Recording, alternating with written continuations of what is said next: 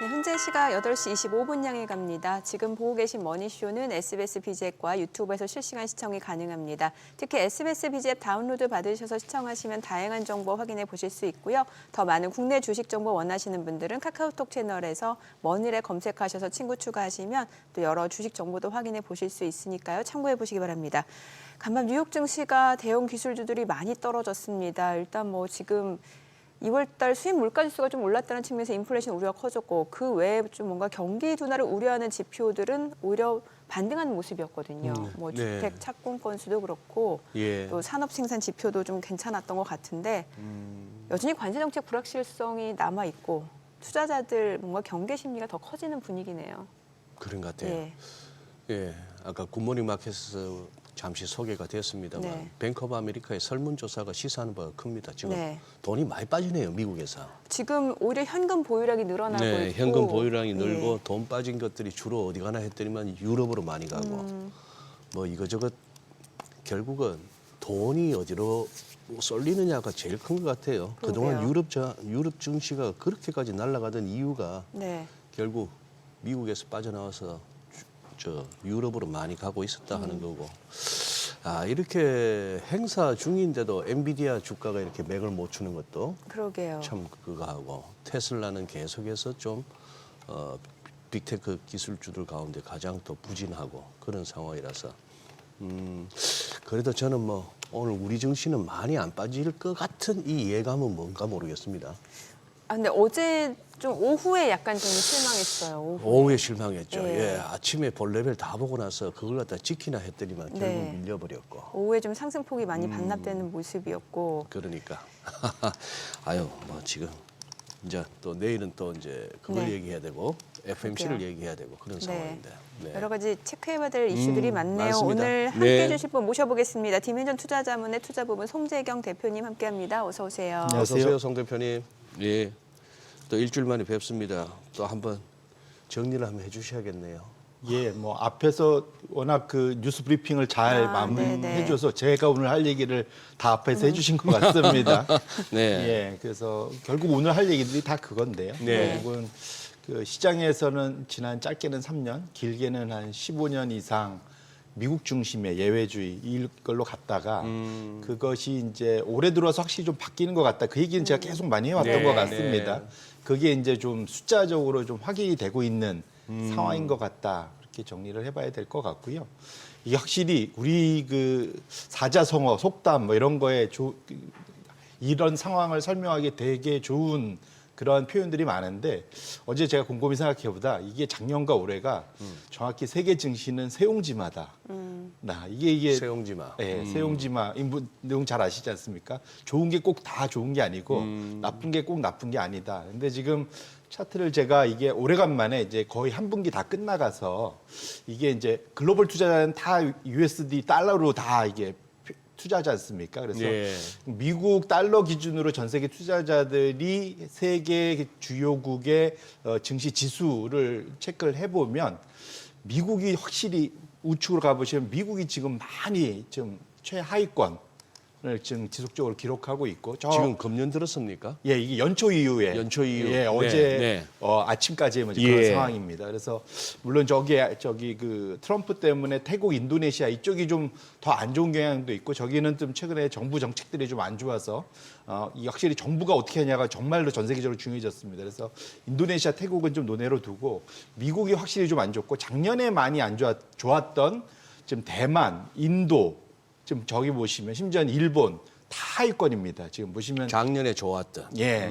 작년 또 내지는 한 2년 이상, 그러네요. 2, 3년 이상 좋았던 나라들이 확실히 올해 들어와서 헤매고 있다 보셔야 될 것 같고 맨 왼쪽으로 와보시면 이제 홍콩 항생하고 독일 대표적으로 유럽하고 중국이 이제 좋은데 사실 저 두 나라보다 더 좋은 나라가 있습니다.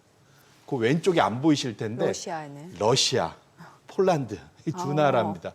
두 나라가 30%대 이상으로 러시아는 45%네요. 어제까지 했어. 이게 엄청나게 지금 올라가고 있거든요. 그러니까 결국은 이제 그 전쟁 끝나고 뭔가 좀 나아지겠다라는 기대. 그다음에 저쪽은 또 르브라가 또 좀 강세로 가고 있거든요. 그래서 그런 거. 그다음에 폴란드는 상당히 고생하다가 오히려 전후 복구나 이럴 때 폴란드가 최대의 또 수혜가 될 수 있겠다는 기대. 뭐 이런 것들이 결국은 러시아 폴란드가 전 세계 압도적 1등. 그러니까 지금 3개월도 안 지났는데 30% 이상의 상승률을 보이고 있고 그다음에 이제 큰 돈들이 움직이는 것은 결국은 홍콩 항생이랑 독일이 압도적인 거. 우리나라는 중상위권 정도, 그러니까 한 11% 됩니다. 이게 네. 그러니까 왜냐하면 달러가 조금 빠졌기 때문에 우리가 한 8, 9%인데 2, 3% 그러니까 원화 강세 뭐 이걸 더해 보면 지금까지 한 11% 상승. 그래서 뭐 사실은 우리가 좀 더 왼쪽으로 가 있으면 좋긴 하겠는데. 그러진 못하더라도 그래도 소위 이제 상승 트렌드에 있는 나라 쪽을 쫓아가고 있다는 측면에서 좀 다행이고 투자자분들도 큰 그림판에서 보면은 세상에 영원한 건 없다라는 것을 다시 한번 이제 깨닫게 해주는 그런 최근 한 1, 4분기 다 지나가는 현재 글로벌 증시 흐름이다 이렇게 보셔야 될 것 같습니다. 뭐 세옹지마라고도 말씀하셨고 또 어떻게 보면 또 달도 차면 기운다고. 네. 그러네요. 근데 트럼프 대통령이라고 해서 다 막 무소불위는 아닌 것 같아요. 그때 선거 기간 중에 참 장담했던 게 내가 대통령 되면은 러시아 우크라이나 전쟁 24시간 내에 종전된다 했는데 푸틴도 세래요. 어제 보니까 한 2시간 가까이 통화했나 보던데 두 정상이.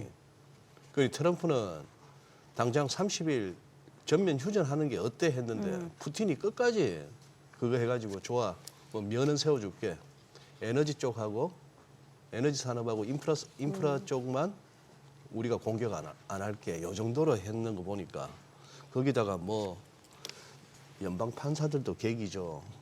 저 뭐 범죄자들 이렇게 해외로 쫓아내는데 그거 다시 또 뭐 헌법 위반 소지가 있다는 둥 해서 거기도 참 뭐 하나 해보려니까 저항이 만만찮은데. 그러다 보니까 지금 앞서 뭐 뱅크 오브 아메리카 그 투자자들 대상으로 뭐 설문조사 내용이 지금 미국 주식 보유량을 급격하게 줄였다라는 거잖아요. 맞습니다. 예. 앞에서는 게 이제 설문조사에서 대답한 사람들의 예. 포트폴리오를 네. 이제 중간 정도 값으로 매긴 것이라고 보시면 좋을 것 같고요.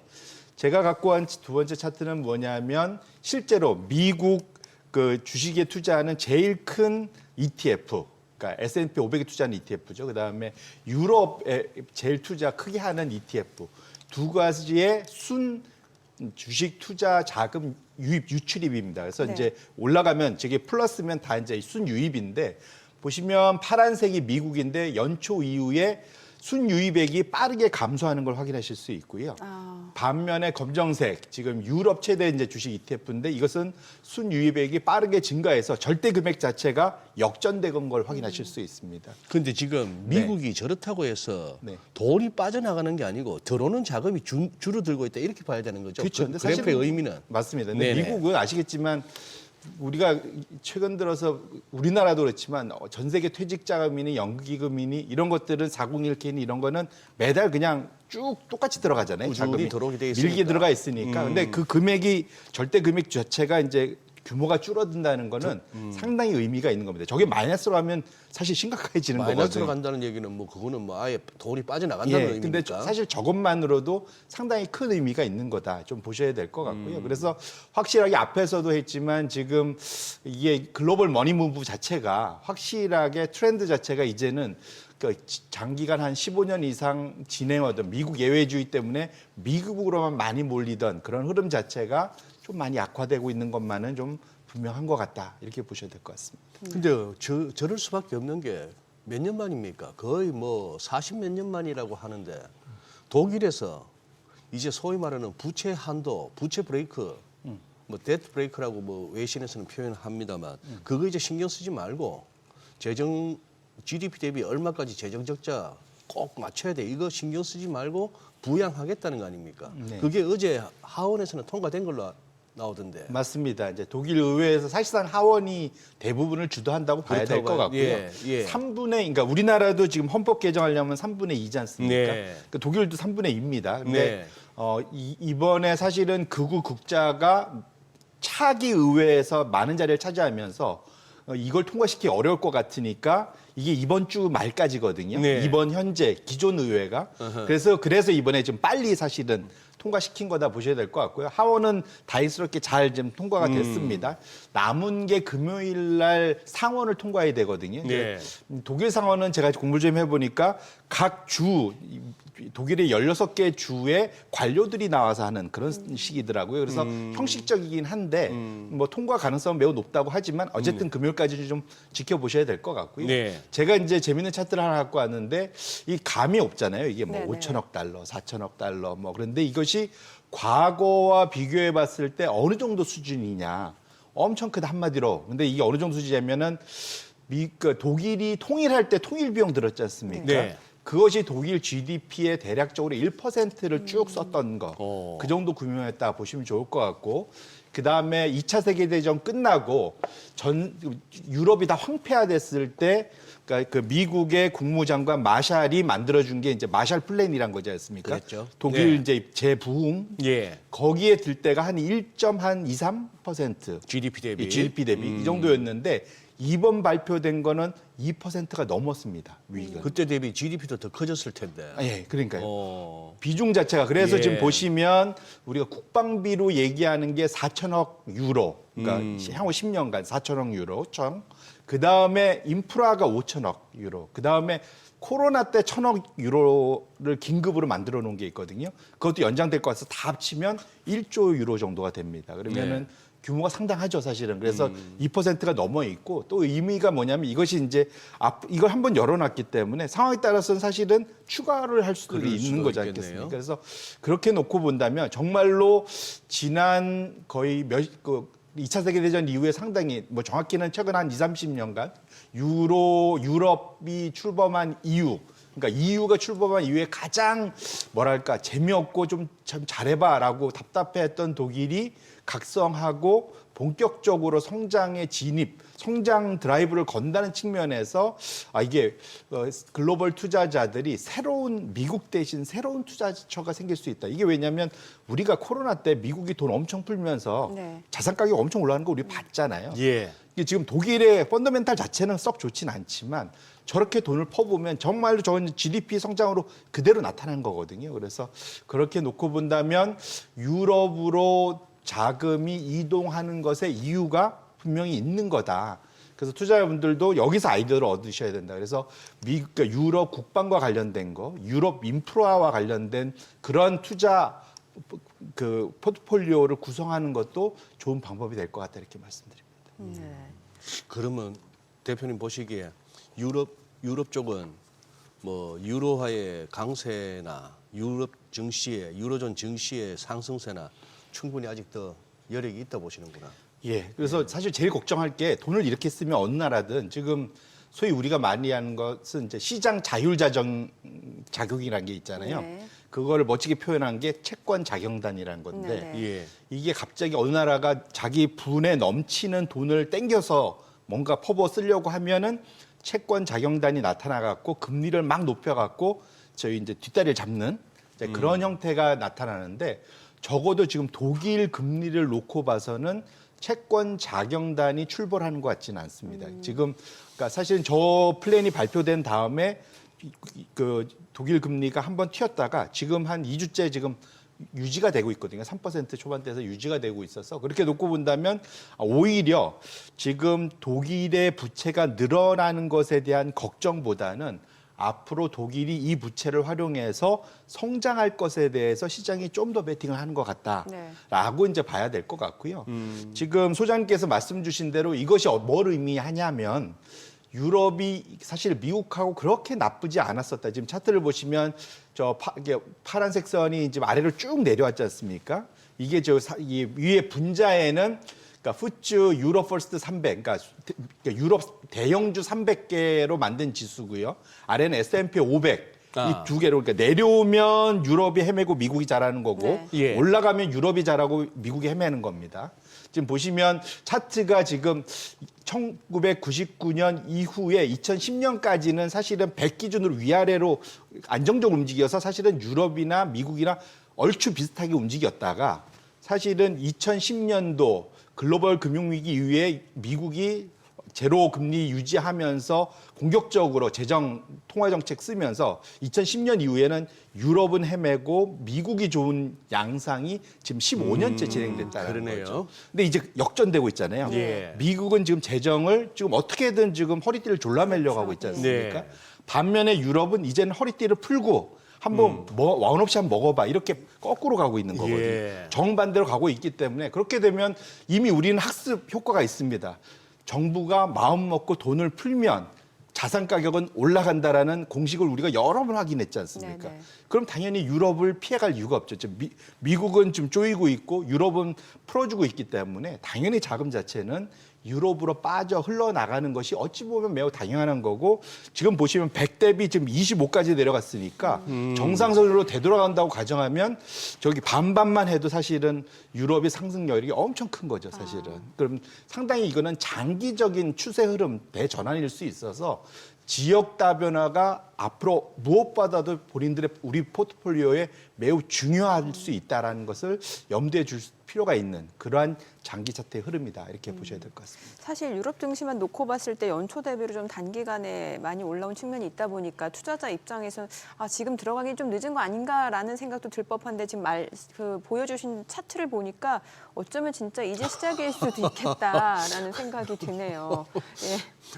송 대표님, 저거 진짜 어디 유럽 ETF가 되고 마케팅 하실 때 저 차트 갖고 가면 저 같은 사람은 그냥 바로 혹하고 가입하겠는데요. 예. 그래서 근데 우리나라 지금 국내 해외 거는 살 수가 있는데 이게 USD가 아니라 유로화로 바꿔서 유럽에 투자를 해야 돼요. 그래서 네. 좀 머리가 아프고 이제 국내는 지금 그 준비가 다 미국 위주로만 그렇대요. ETF들이 만들어져 있어서 유럽 중심의 ETF가 거의 없습니다. 네. 그래갖고 아마 이제 앞으로 근데 우리나라도 워낙 빨리빨리 잘하지 ETF가 약간 아쉬운 게 한 발짝 늦잖아요, 조금. 그렇죠. 한 발짝 늦죠. 근데 저 정도 장기 흐름이 생길 수 있으면 사실은 천천히 들어가셔도 되고 안 되면은 지금 USD 베이스로 미국에 상장돼 있는 그런 유럽 지수를 추종하는 ETF가 미국에 상장이 많이 돼 있거든요. 네. 직접 투자하셔도 됩니다, 네. 사실은. 그러니까 아쉬우면 밤에 좀 밤새셔서 요즘 좀 네. 시간이 좀 땡겨져 갖고 10시부터 시작해갖고 네. 지금 5시까지 하지 않습니까? 네. 그래서 충분히 하실 수 있는 시장 다행스럽게 모든 통로는 열려 있다. 조금 잠을 줄이시면 된다. 이렇게 말씀드리겠습니다. 10시 시작입니까? 10시 반? 10시 반. 10시 반이죠. 10시 반. 네. 10시 반. 네. 그러니까 한 30분만 조금 하고 자도 괜찮은 거네요. 원래는 제일 좋은 거는 저라면 장 초반보다는 장 후반에 투자하라고 하시는데 일찍 일어나서. 예, 왜냐면 이게 전반은 항상 좀 뭐랄까 변동폭이 좀 변동폭도 커요. 크고 예. 안정화돼 있지 않거든요. 네, 맞아요. 그래서 오히려 좀 조금 일찍 일어나셔서 한 4시쯤 일어나셔서 1시간 보시고 투자를 미리 좀 골라놓은 다음에 하시면 좋지 않을까 싶습니다. 네. 4시에 일어나서 맑은 정신으로 거래하려면은 10시 전에는 주무셔야 되는데. 예, 그렇죠. 네. 그러니까. 낮에 공부하고 새벽에 일찍 일어나고. 미리 정해놓고. 네. 중국 좀 여쭤볼게요. 사실 이제 유럽뿐만 아니라 중국도 지금 경기 살리게 나섰습니다. 대규모 재정 부양 정책을 내세우고 있는 상황이고 실제로 지금 지표를 보니까 또 조금씩 좋아지는 모습이라면서요. 맞습니다. 어쨌거나 지난 주말 동안 네. 또 발표됐는데 중국이 오를만 하구나라는 생각이 들만한 어쨌든 데이터 포인트들이 좀 나왔습니다. 그래서 우리도 그렇지만 1월, 2월은 중간에 그 소위 설 명절이 껴서 작업 일수나 이런 게 많이 바뀌지 않습니까? 네. 그래서 보통 1, 2월을 합쳐서 합산해 갖고 작년 1, 2월과 비교하는 이제 그런 일들을 많이 하는데 보시면 산업 생산이 그 작년 12월 증가율보다는 좀 떨어졌지만 예상보다는 확실히 좀 높았고요. 우리가 저기에 늘 살펴보는 이제 소매 판매 이번 양회를 전후해서 중국 정부가 확 돌아선 게 소비 진작이지 않습니까? 근데 확실히 소비가 좀 나아지고 있다. 지금 12월 증가율보다 확실히 높고 예상치보다도 높고 그 안에서 보면은 특히 통신기기 이런 쪽은 확실하게 좀 많이 늘고 있더라고요. 그래서 소위 이제 집 고치고 이런 것도 좀 늘고 있고 그래서 전반적으로 지금 그 소비자들이 먹고 즐기고 쓰고 또 일정 부분 자기 그 가전제품 이런 거 바꾸고 하는 것들에 대해서 전보다는 좀 열성적으로 이구안심 뭐 이런 효과들이 좀 나타나면서 있기 때문에 확실히 소비가 좀 살아나는 느낌이 있다. 다만 근데 걱정되는 거는 저희 부동산 투자. 네. 저기 보시면은 이것이 확실히 이제 하락폭이 여전히 좀 감소는 했지만 이제 평화라는 데 있지만 이게 좀 완전히 좀 제대로 플러스로 돌아서지 못하는 거. 이것을 어떻게 중국 정부가 하반기까지 만들어내느냐가 현재 이 추세를 유지하는 거. 결국은 중국의 과잉 저축을 시장에 풀어내는 소비로 풀어내는 것의 가장 근본은 부동산이 좀 안정화되는 거. 그것이 결국은 중국의 장기 성장을 유지할 수 있는. 어쨌거나 그런데 지금은 기대가 가능한 정도의 수준의 데이터들은 나왔다. 이렇게 보셔야 될 것 같습니다. 저 정리된 저 표를 보니까 부동산은 뭐 어떻게 중국도 감당이 안 되나 봅니다. 여기서 더 뭐 부동산 경기 띄우겠다는 시도 자체는 무모하다는 판단이 섰나 봐요. 자기들도. 근데 그러니까 이런 거겠죠. 사실은 지난 3년간 역으로 말하면 사실 잡으려고 잡은 거잖아요. 이제 시진핑 정부가 잡은 겁니다. 저거는 레드 라인 뭐 이렇게 해갖고 세 가지 정책해갖고 일부러 부동산으로 들어가는 자금을 묶었거든요. 근데 이게 과해갖고 지금 사실은 많이 과잉 반응하면서 빠져내려온 건데 지금은 그러니까 제가 보기에는 가능성은 좀 성공 가능성 조금 있다고 보는 게 뭐냐면 지금 그러니까 소위 신규 주택의 가격 하락은 여전하지만 거래량이 죽었던 것이 살아나고 있어요. 그러니까 우리가 알겠지만 주가는 빠지더라도 거래량이 늘어나면서 사실은 주가가 빠지면은 기대해 볼 수 있지 않습니까? 다음을. 누군가 받아주고 있다는 건데 최근 들어서는 지금 보시면 최근 한 3, 4개월 동안 중국의 주택 거래량은 마이너스권을 벗어나서 소폭 플러스로 좀 돌고 있거든요. 그래서 그렇게 놓고 본다면 여기서 조금만 더 중국 소비자들, 중국 개인들의 좀 자신감이 살아나면 그러면 하반기로 가면 중국 부동산도 어느 정도 바닥은 잡을 수 있고 이제 좀 돌아서는 모습은 보일 수 있지 않을까 이렇게 생각해 보고 있습니다. 아니 산업 생산이 저렇게 늘고 있다. 고정자산 투자도 늘고 있다. 별로 반갑지 않은데. 그럼 우리 황사 마스크 저 뭡니까? KF94 마스크 자주 끼야 되는데. 중국에 수출을 많이 해서 황사 마스크를 끼는 게 좀 낫지 않을까요? 그래요? 그래요? 맞아요. 그렇죠. 경기가 좋아지면. 예, 우리 경기가 나아지는 게 차라리 조금 참더라도. 우리는 네. 몰라도 어린 애들 마스크 끼고 다니는 거 보면 좀 안타까워요. 네. 한참 콧대가 이렇게 올라와야 되는 나이인데 눌리잖아요. 코로나 때 참 많이 느꼈지만. 그리고 저거는요.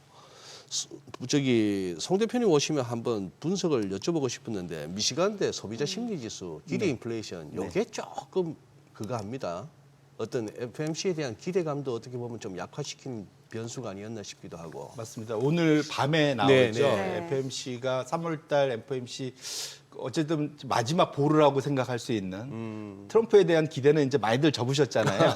예, 네. 트럼프는 자기 갈 길을 가고 있어서 사실 시장의 마지막 보루는 연준입니다. 파월 풋, 트럼프 풋을 기대했는데 이제 그건 없는 걸로 우리가 거의 확인이 됐고 파월 풋을 기대하는데 결론부터 말씀드리면 파월의 손발이 좀 많이 묶여 있다. 행타이트 뭐 이러잖아요. 이게 좀 묶여 있는 것 같은 그런 느낌을 받는 이유가 뭐냐면 데이터들이 생각보다 연준이 움직일 수 있는 운신의 폭이 좀 많이 줄은 것 같다. 이제 그런 건데 말씀 주신 대로 지난주 금요일 날 발표됐던 미시간 소비자 신뢰 지수, 그러니까 심리 지수 이게 상당히 장기 시계열인데 보시면 지금 보시면 실업률에 대한 향후 12개월 동안 실업률이 늘 것 같아요라는 대답이 보시면은 1980년도 이후에 한 45년 내에 지금 가장 최상단권까지 지금 올라와 있습니다. 그러니까 앞으로 우리 시험 늘 것 같아. 결국은 나 일자리 잃을지도 몰라라는 두려움이 지금 미국 소비자들 한가운데 상당히 좀 팽배해져 있다. 특히 최근 들어와서 트럼프가 지금 집권하기 시작한 이후부터 급격하게 늘어났다는 것이 상당히 좀 의미 있다 네. 보셔야 될 것 같고요. 아니 저 정도 높이고 저 정도 기울기면은 과거에는 다 음영 처리 경기 침체가 왔네요. 맞습니다. 사실상 그래서 제가 말씀드리고 싶은 거는 소비자들은 이미 심리는 이미 리세션 단계네요. 예, 침체 속에 살고 있는 거예요. 사실상 심리적 침체에 들어가 있다 보셔야 될 것 같고 네. 두 번째 차트가 뭐냐면 말씀 주셨던 물가. 예. 예, 이제 단기, 그러니까 12개월 내에 물가 얼마나 오를 것 같아? 그 다음에 향후 5년 내에 얼마나 오를 것 같아? 이제 질문을 보시면은 차트가 이것도 마찬가지로 엄청 늘었는데 향후 1년 내에 올라갈 수 있다고 예상된 폭이 한 거의 5% 가까이. 이거는 우리가 2022년에 봤던 최고 폭에 거의 근접한 수준입니다. 결국 네. 마음속에 실업도 늘고 물가도 상승하고 그럼 이게 말씀하시는 걱정하시는 스태그플레이션이잖아요. 네네. 그래서 실제로 미국의 소비자들은 최근 한 2달 사이에 심리적 스태그플레이션 속에 살고 있다. 계란도 마음대로 못 사고 뭐 이런 거. 그렇기 때문에 지금 상황에서 놓고 보면 미국의 소비자들이 향후에 앞으로 가면 갈수록 지갑을 닫을 가능성이 점점 커지고 있고 이것도 또한 자체 미국의 지금 집중 투자인 돈들이 밖으로 빠져나가는 그런 그 원인 제공이 되고 있다 보셔야 될 것 같고요. 이전에는 그래도 죽으나 사나 미국밖에 없었는데 지금 대안들이 생겼잖아요. 네네. 유럽도 대안이 되고 엄청난 대안이 되고 지금 중국도 대안이 되고 그러다 보니까 미국에서 빠져나가는 자금이 조금 더 소위 그 가속화시킬 수 있는 빌미 제공을 양쪽에서 동시에 주고 있다. 유럽은 돈을 풀겠다고 네, 하고 있고 네. 미국은 쪼여서 소비자들이 사실상 스태그플레이션 심리적으로 들어가 있고 그럼 당연히 투자자들 입장에서는 돈 푸는 쪽으로 갈 수밖에 없는 그런 상황이 좀 만들어지고 있는 것 같다. 이렇게 해석할 수 있을 것 같습니다. 네. 또 사실 미국 기업들 같은 경우는 이제 트럼프 대통령 당선되기 전까지만 하더라도 이제 트럼프 대통령의 뭐 감세 정책이라든지 아니면 뭔가 좀 친기업 정책이 미국 기업들 특히 성장성으로 주목받는 기업들은 더 이익 성장세가 더 강화될 것이다라는 기대감이 있었던 것 같은데 오히려 지금 보니까 관세도 불확실하잖아요. 이것도 사실 기업 입장에서는 타격을 받을 수밖에 없는 정책이고 여기다 재정 지출도 축소하겠다라고 하니까 오히려 미국 기업들 이익 성장성이 지금 하향 조정되고 있다는 얘기가 나오거든요. 맞습니다. 예. 결국은 말씀 주신 대로 최근 3년간 미국 기업들이 이보다 더 좋을 수 없는 이익 성장, 그 이익 성장 안에는 마진이 늘어나는. 그렇죠. 왜냐하면은 인플레이션 때문에 가격이 올라가면 비용이 올라가면 그것을 자신이 파는 가격, 판가에 그대로 전가할 수 있는 그 힘이 있었기 때문에 마진이 예, 엄청 좋았거든요. 근데 그것은 누가 채워줬냐? 미국 정부가 재정을 막 풀어갖고 사실 그 돈이 소비자 주머니에 들어가서 그 예. 돈을 막 쓰면서 그걸 다 감당해냈는데 예. 이제는 이제 그것이 역전되고 있는 현상이고 말씀 주신 대로 두 번째로는 트럼프 정책이 해외 수출이 많은 기업들한테는 마이너스예요. 대표적으로 우리가 계속 보고 있지만 테슬라 같은데 이제 불매 운동 사실상 시작된 거고 해외 같은 값이면 미국 거 안 사겠다는 생각들이 늘 수 있잖아요. 그러다 보니까 해외 수출에 대한 두려움 이런 것들이 결국은 지금 미국 S&P 대형주인 S&P 500 기업들의 이익 수정 폭을 지금 떨구고 있다. 지금 보시면 노란색 선이 S&P 500 중에 M7을 제외한 493개. 의 이익 수정 폭은 마이너스 때가 더 확대되는 모습 최근 들어서 2025년 들어와서 보여주시고 심지어는 잘 나가던 M7 이게 파란색입니다. 이것조차도 지금 빠르게 내려서 드디어 마이너스로 좀 돌아섰습니다.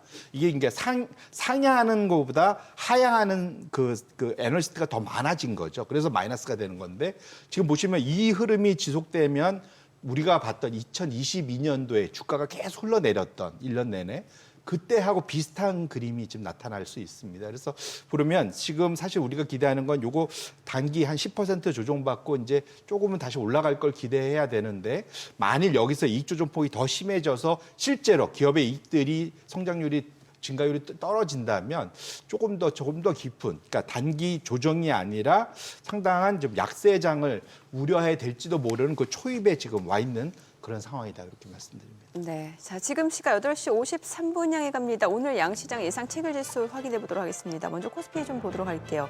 오늘 코스피 0.2% 소폭 상승 예상되고요. 예상 체결지수는 2,618포인트입니다. 코스닥은 약보합 출발 예상되죠. 744포인트로 나타나고 있고요. 시가총액 상위 종목 예상 체결가 보겠습니다. 삼성전자 0.6% 상승 예상됩니다. 종가는 58,000원, SK하이닉스 0.4% 오름세 예상되고요. 예상 체결가는 20만 3천원으로 나타나고 있죠. 이 가운데 삼성바이오로직스가 1.2% 상승 예상되고 호가는 109만 7천원, LG에너지솔루션 보합 예상되고요. 현대차가 0.2% 소폭 상승 예상됩니다. 기아는 지금 보합 출발 예상되고 있고요. 셀트리온도 보합권 예상됩니다. 이 가운데 삼성전자 우선주가 0.2% 상승 예상되고 호가는 4만 8천원, 한화 에어로스페이스가 0.5% 하락이 예상되네요. 예상 체결가 76만 원이고 네이버가 0.9% 상승 예상되고요. 호가는 21만 1천원으로 집계가 됩니다. 코스피 코스닥 시가총액 상위 종목 예상 체결가 보겠습니다. 알테오젠 오늘 소폭 하락 예상됩니다. 지금 호가 44만 3천 원이고 에코프로비엠도 약보합 출발 예상되죠. 예상 체결가는 11만 1천 원. HLB가 0.3% 하락 예상되고요. 지금 호가 7만 6,400원. 에코프로가 0.6% 하락 예상됩니다. 호가 5만 9,800원이고 레인보우 로보틱스가 1% 하락 예상됩니다. 예상 체결가 32만 원으로 집계가 되고 있고요. 삼천당제약이 1% 하락 예상됩니다. 지금 호가는 18만 6,500원. 이 가운데 코오롱 티슈진이 1% 오름세가 예상되고요. 휴젤 0.4% 상승 예상됩니다. 호가는 33만 5천 원. 클래시스가 0.3% 하락 예상되고요. 예상 체결가 6만 200원. 리가캠바이오가 하락 출발 예상됩니다. 예상 체결가 10만 6,200원으로 집계가 됩니다. 일단 오늘 호가 분위기만 놓고 봤을 때는 일단 뭐 보합권으로 여러 가지 뭐 이벤트라든지 이슈들을 좀 체크하고 가겠다라는 심리도 작용이 되는 것 같아요. 네, 예. 그러네요. 예. 뭐 나스닥이 1.7%대 거의 2% 가까운 하락이었습니다만, 뭐 나스닥 올라갈 때 못 올라갔던 우리 지흥신이가 나스닥 빠진다고 우리가 꼭 빠져야 되겠나 싶기도 하고, 또 그 생각도 해봤습니다. 오늘 같이 그냥 미국 따라서 빠져버리면은 한 이틀 열심히 샀던 외국인들이 얼마나 뻘쭘해질까요? 아, 얘들 그냥 우기지 않을까 싶기도 하고. 역시 근데 결국 미국도 밸류에이션 논란이 생기더라고요. 사실은 예. 2000년 그 닷컴 버블 이후로 가장 높은 네. 밸류에이션이기 때문에 이미 밸류에이션 논란은 정확히는 한 2, 3년 됐습니다. 그리고 작년에 좀 심했고요. 그렇기 때문에 그 와중에 계속 올라가니까 자꾸 밸류에이션 부담이 있어요라고 얘기하는 사람이 이제 자꾸 이제 무색해지는 그런 장이었죠. 예, 그래서 이제 가치주 투자자들은 다 죽고, 다 죽고. 예, 이제 성장주 네. 항상 성장주 투자 위주로 갔었는데 확실히 최근 들어서는 뭐 유럽도 그렇지만 확실히 가치주가 조금 더 시장을 아웃퍼폼하는 이제 그런 모습들이 좀 나타나고 있고요. 그래서 예. 그렇게 놓고 보신다면 이제는 지금 그러니까 특히 미국에서도 보면은 이제 가치주가 훨씬 더 성장주보다 낮고 지금 지루하지만 그러지만 어쨌거나 지금 그리고 사실 어찌 보면 그게 대표적인 게 이게 작년에도 한번 제가 말씀드렸는데 엔비디아가 다우 30에 들어가 진입하고 인텔이 빠졌을 때 네, 맞아요. 그게 어찌 보면 다우 30에 들어간다는 것은 이제 성공 기업의 어찌 보면 보증수표. 네. 왜냐하면 미국이란 거대한 나라, 거대한 시장에 30개 종목 안에 진입한다는 거면 엄청난 성공을 예. 어찌 보면 모든 사람들이 인정해주는 그런 느낌인 거잖아요. 예. 그런데 이게 다우의 저주라는 걸 제가 그때 이제 말씀을 드렸습니다. 다우의 저주. 예, 다우의 저주인 게 딴 게 아니라 통상적으로 다우 지수 30에 선정이 되면 편출된 종목, 그러니까 누가 하나 30개니까 하나 들어가려면 하나 빠져야 되잖아요. 그래야겠죠. 그러니까 들어간 종목은 그 1년 차 들어간 시점부터 1년 동안 마이너스 성장을 하고 상승, 마이너스 주가 측면에서 주가 빠지고 한마디로 부자가 빠지고 정작 편출된 종목은 쫓겨난 종목은 다우에서 오히려 주가가 늘 좋더라. 그것이 지금 저기 보시면 2000년부터 2017년까지 나타난 이제 대표적인 사례고요. 저때 보시면 이게 그러니까 파란색은 빠져나간 편출된 종목들이 평균적으로 훨씬 더 성과가 좋고, 그러니까 거의 진입한 종목들은 첫 해에 상당히 성과가 안 좋더라. 네. 이게 뭐 사실은 애플도 그랬습니다. 2015년도에 애플이 들어가고 AT&T가 예. 빠졌는데 AT&T가 성과는 플러스 엄청 나고 20%, 애플이 한 15% 이상 그에 예. 빠졌거든요. 근데 재밌는 것은 엔비디아가 지금 똑같은 형태가 났습니다. 그래서 차트를 엔비디아하고 인텔하고 제가 한번 비교를 해봤는데 지금 보시면 붉은색 선이 인텔이고요. 파란색 선이 엔비디아입니다. 보시면은 지금 한 5개월 정도 지났는데 11월 초에 들어갔었잖아요. 작년 11월 초 이후에 인텔은 지금 플러스 이 상황에서도 좀 그때보다 오히려 지금 편출된 시점보다 주가가 플러스 올라 있고 지금 엔비디아는 그 편입된 시점보다 지금 10% 이상 빠져 있거든요. 어젯밤 빠진 것까지 더하면 더 빠졌습니다. 그래서 결과적으로 어제 또 인텔은 보합은 맞아요. 했거든요. 예. 결론적으로는 지금 다우의 저주가 특히 이게 기술주에 잘 맞습니다. 네네. 그래서 다우의 저주는 꼭 한번 머릿속에 넣어둘 만한. 그래서 우리나라 시장에도 어떤 종목이 들어가고 빠질 때 곰곰이 생각해서 편입되면 좀 피하시고 네. 편출된 종목 중에서 알짜배기를 골라내시는 것도 좋은 투자 방법 중에 하나다 이렇게 말씀드립니다. 진짜 그러네요. 저거는 다오의 저주라고 뭐 부르실 만한데 네. 갑자기 그 말씀을 무슨 저주 듣다 보니까 흔히 왜 우리 승자의 저주라고 하는 표현은 주로 M&A 같은 거 할 때 그렇죠. 어떤 경우에 쓰는 거죠? 이게 보통 M&A 성공하는 기업의 주가가 오히려 빠지고 PE M&A 오히려 이제 사실 그걸 팔아먹고 이런 좀 회사가 오히려 주가는 더 올라가는. 그래서 이제 M&A에서 성공을 해서 그 회사를 샀는데 예. 정작 자기 회사의 주가는 쭉 밀리는. 보통 그걸 이제 승자의 저주라고 보통 많이 표현하죠. 예. 네. 어찌됐건 지금 미증시가 또 조정을 받는 이유 중에 하나가 일기 때와는 좀 다르다라는 거잖아요. 맞습니다. 예. 이게 말씀 주신 대로 이게 미국의 지금 저명한 이제 경제 경영하시는 분들 이제 노스웨스턴 교수님, 스탠포드 교수님 이런 분들이 의기투합해 갖고 이게 정책 불확실성을 지수화 한번 해보자. 지수화. 예, 예. 네. 그래서 지수화해 갖고 만들어낸 그게 이제 이코노믹 팔러시 언설턴티라는 인덱스라는 게 있습니다. 네. 이제 그러니까 소위 경제 그 불확실성, 경제 정책 불확실성 지수. 네. 이게 이제 매달 발표가 업데이트가 되는데 요 차트 안에 세부대 요 차트를 네. 저희가 또 개장하고 조금 더 자세히 들어보도록 하겠습니다. 오늘 국내 증시를 확인해 보죠. 개장합니다.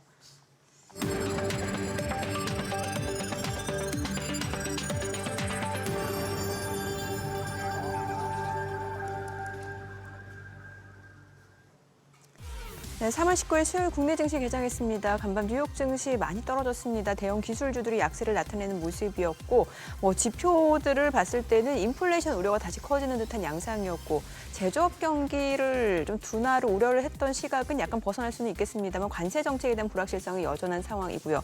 또 이번 미국 FOMC 또 미 연준은 금리를 좀 동결할 것으로 예상이 되는 가운데 투자자들 오히려 지금 좀 팔고 나가자라는 그런 경계성 매물들이 좀 많이 출회되는 양상이었고요.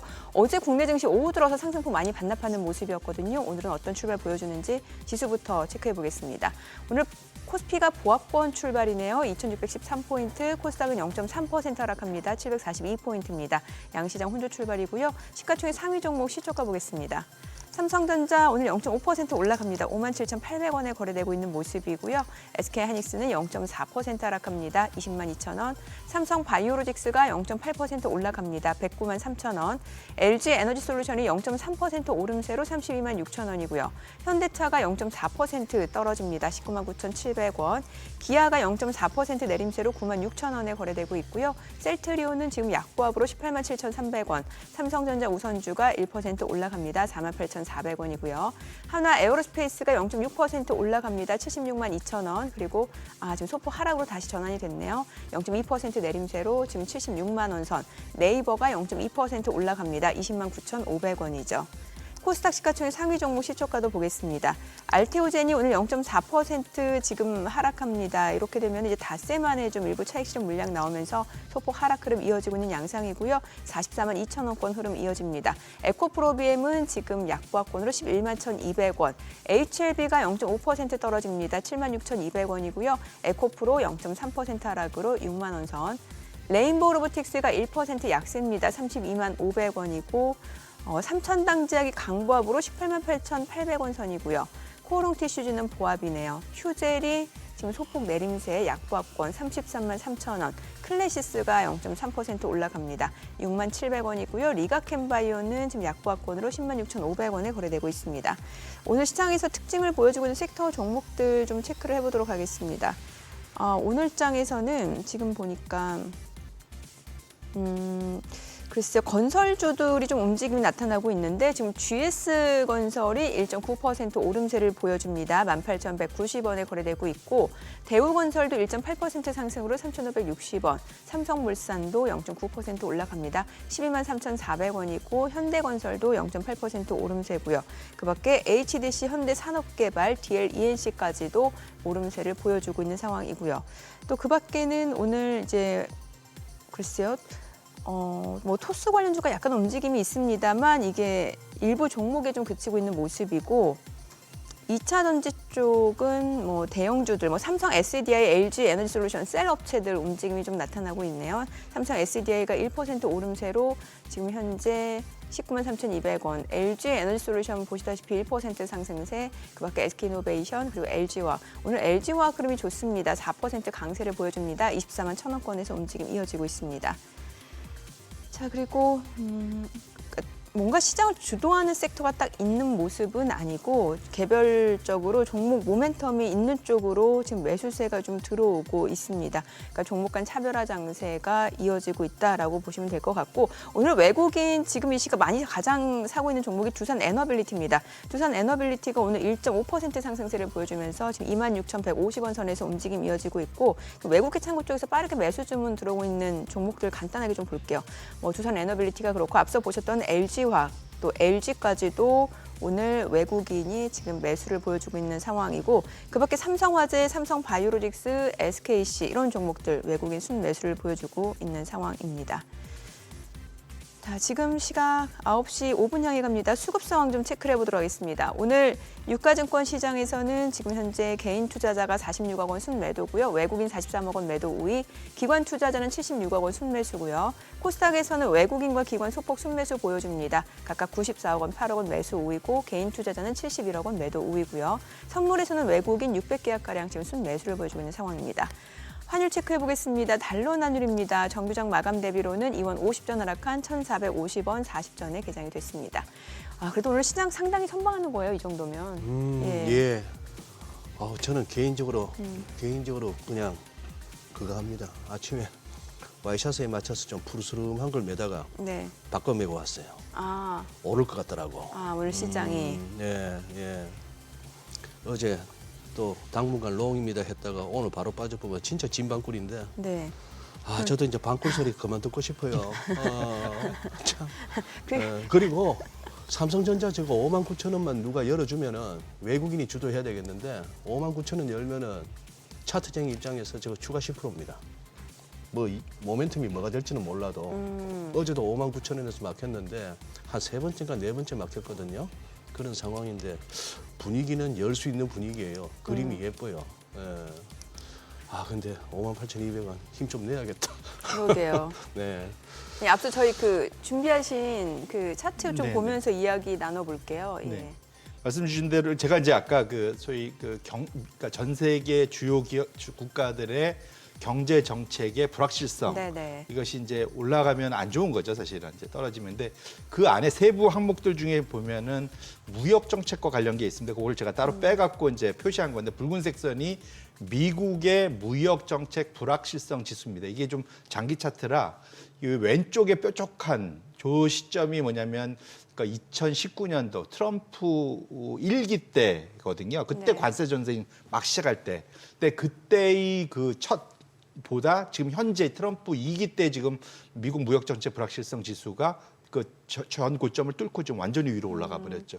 결론적으로는 지금 그때보다 확실하게 경제 정책, 특히 무역 정책과 관련해서는 미국의 불확실성이 커져 있는데 이것이 어쨌든 이것은 그러니까 인과관계라기보다는 상관관계에 가깝긴 하겠지만 지금 보시면 검정색 선이 미국의 공포지수인 빅스 변동성 지수가 시차를 두고 보시면 같이 움직이는 걸 확인하실 수가 있어요. 그래서 결국은 뭔가 정책적 불확실성이 커지면 그것이 경제 부담을 주고 결국은 그것이 시장 변동성을 키우는 쪽으로 좀 나타날 수 있다는 걸 우리가 충분히 미로 짐작해 볼 수 있을 것 같고요. 결론적으로는 최근에 미국의 변동성 지수가 조금씩 지금 그 레벨을 높이고 있지 않습니까? 네네. 결국 이것 자체도 결국은 이게 다 이것이 이런 표현을 치면 이게 다 트럼프 탓이다 이렇게 봐야 할 것 같다 이렇게 말씀드립니다. 참 이게 전부 누구 때문이다 그 얘기가 이제 또 트럼프 탓이다라고 하는구나. 예, 근데 뭐 트럼프 말고 지금 불확실성을 키우는 사람이 다른 사람이 떠오르질 않았어요. 예. 근데 오늘 한 12시쯤인가요? BOJ 이제 결과가 나올 거 아닙니까? 네. BOJ 못 움직이겠죠, 당장은. 지난번에 이미 또 인상했으니까. 그러니까 아마도 이제 소위 완급 조절 예. 이제 이걸 할 것 같고요. 근데 방향성 자체는 지금 일본의 물가가 생각보다는 강합니다. 지금 네. 물가가 높기 때문에 네. 그 물가가 높은 가장 큰 이유는 지난 몇십 년 만에 처음으로 임금 인상이 생각보다 높게 좀 꾸준히 나타나고 있고 그 유도한 거죠 사실은. 네네. 그래서 임금 인상하고 그것 때문에 이제 물가가 지금 상당히 높은 상황으로 지금 유지가 되고 있기 때문에 결국은 시차를 두고 결국은 일본 은행이 자신들의 그런 정책 금리를 정상화시키는 그 방향으로 지속적으로 갈 가능성은 높고요. 아마도 오늘 끝나고 그 우에다 총재의 발언 안에서도 그걸 충분히 확인할 수 있을 거다. 저는 그렇게 예측을 하고 있고요. 반면에 이제 FMC에서는 시장에서는 기대가 큰데, 그러니까 이게 무슨 말이냐면 아까 그 뱅크 오브 아메리카의 그 내용 중에 최근 3개월 사이에 최근 3개월 동안 제일 많이 오히려 지금 올해 연내 그러니까 소위 금리 인하 가능성을 그러니까 한 번에서 두 번 이렇게 계속 올리고 있거든요. 예. 결국은 시장 그 소위 투자자들이 미국 경기를 안 좋게 보는 거예요. 그러다 보니까 네. 연준이 금리를 인하할 수밖에 없을 것이다라고 예. 얘기를 하는데, 다만 FMC에서 그 소위 그 힌트를 발견하지 못한다면 그럼 사실은 FMC가 시장에 플러스를 주기보다는 마이너스로 작용할 가능성도 좀 열어둘 필요가 있겠다, 이렇게 말씀드립니다. 그러면은 대표님은 미증시의 이런 조정이라든지 조금 뭔가 변동성이 커지는 구간이 언제까지 이어질 거라고 보시는 거예요? 그러니까 이게 서로 좀 포기를 해야 될 때가 되지 않을까. 포기를 해야 된다고요? 이게 뭐냐면 예. 이게 지금 사실은 지금 10% 조정 갖고는 트럼프를 어떻게 바꾸지를 못하고 있지 않습니까? 트럼프 정책을. 그리고 트럼프 정책이 좀 멈춰서 해야 되는데 예. 지금 상황에서는 예. 어찌 보면. 근데 사실은 트럼프 이 정도면 사실은 시장이 기대했던 게 최근 들어서 이제 미국의 조정은 끝났다라고 얘기하는 분들이 최근 며칠간 많이 나왔어요. 네네. 지금 주말을 전후해서. 특히 이틀 동안 좀 반등 보여주니까. 예, 네. 많이 나왔었는데 그 이유가 뭐냐면 한 10% 조정받으면 트럼프가 마음 바꾸겠지. 거든요. 그런데 지금까지의 흐름을 봐서는 베센트가 건전한 조정이다. 뭐 이렇게 네, 얘기를 네. 하면서 물러설 그 기미를 안 보이지 않습니까? 그렇게 놓고 본다면 트럼프 정책이 일정 부분 좀 멈춰서거나 좀 그 후퇴하게 만들 수 있는 것은 역으로 말하면 추가적인 조정일 가능성이 좀 높습니다. 그래서 지금 상황에서 그러니까 제가 말하는 그래서 시장과 그러니까 트럼프 정부와의 어찌 보면은 보이지 않는 이제 싸움이 시작된 건데, 여기서 결국은 한쪽이 좀 뭐랄까 그러니까 물러서는 수준이 과연 뭘까를 놓고 보면 트럼프는 물러서지 않으면 시장이 더 사실은 시장을 빼서 트럼프를 멈춰주는, 그러면 좀 V자 반등이 나올 수 있는 그런 그림이 현실적으로는 지금 좀 더 높지 않을까, 개인적으로 그렇게 좀 생각을 하고 뭔가 있습니다. 추가적인 가격 조정을 염두에 둬야 된다라는 거네요. 지금 최근의 흐름을 봐서는 여기서 만약에 데이터들이 경제적인 데이터들이 좀 더 안 좋게 나오기 시작하면 사실은 네네. 이제부터 나올 가능성이 높거든요. 그러면 시장이 좀 반응을 좀 할 수 있어서 저는 기술적 반등이 조금은 좀 세게 더 나오길 바랬는데 의외로 좀 더 약하다는 게 조금은 좀 아쉽다, 이렇게 말씀을 드립니다. 네. 어쨌거나 내일 뭐 파월은 조금 손이 묶였다고 말씀하셨는데, 어쨌거나 금리는 못 움직이더라도 점도표나 경제 전망, 어쨌거나 또 기자회견 이런 거는 우리가 보긴 봐야 될 것 같은데. 그럼요. 그러니까 거기서 뭔가 그러니까 힌트를 얻어야 되는데 힌트를 얻어야 거기서 되는데. 좀 그러니까 소위 매파적이지 않고 비둘기파적인 내용이 좀 나와줬으면 좋겠다. 제 개인적인 바램도 그건데, 사실은 스스로가 앞으로의 소위 정책 그런 그 버퍼를 가져가려면 예. 지금 이미 일주 전에인가 얘기했잖아요. 파월이 예. 우리 경기 나쁘지 않아라고 얘기를 했지 않습니까? 예.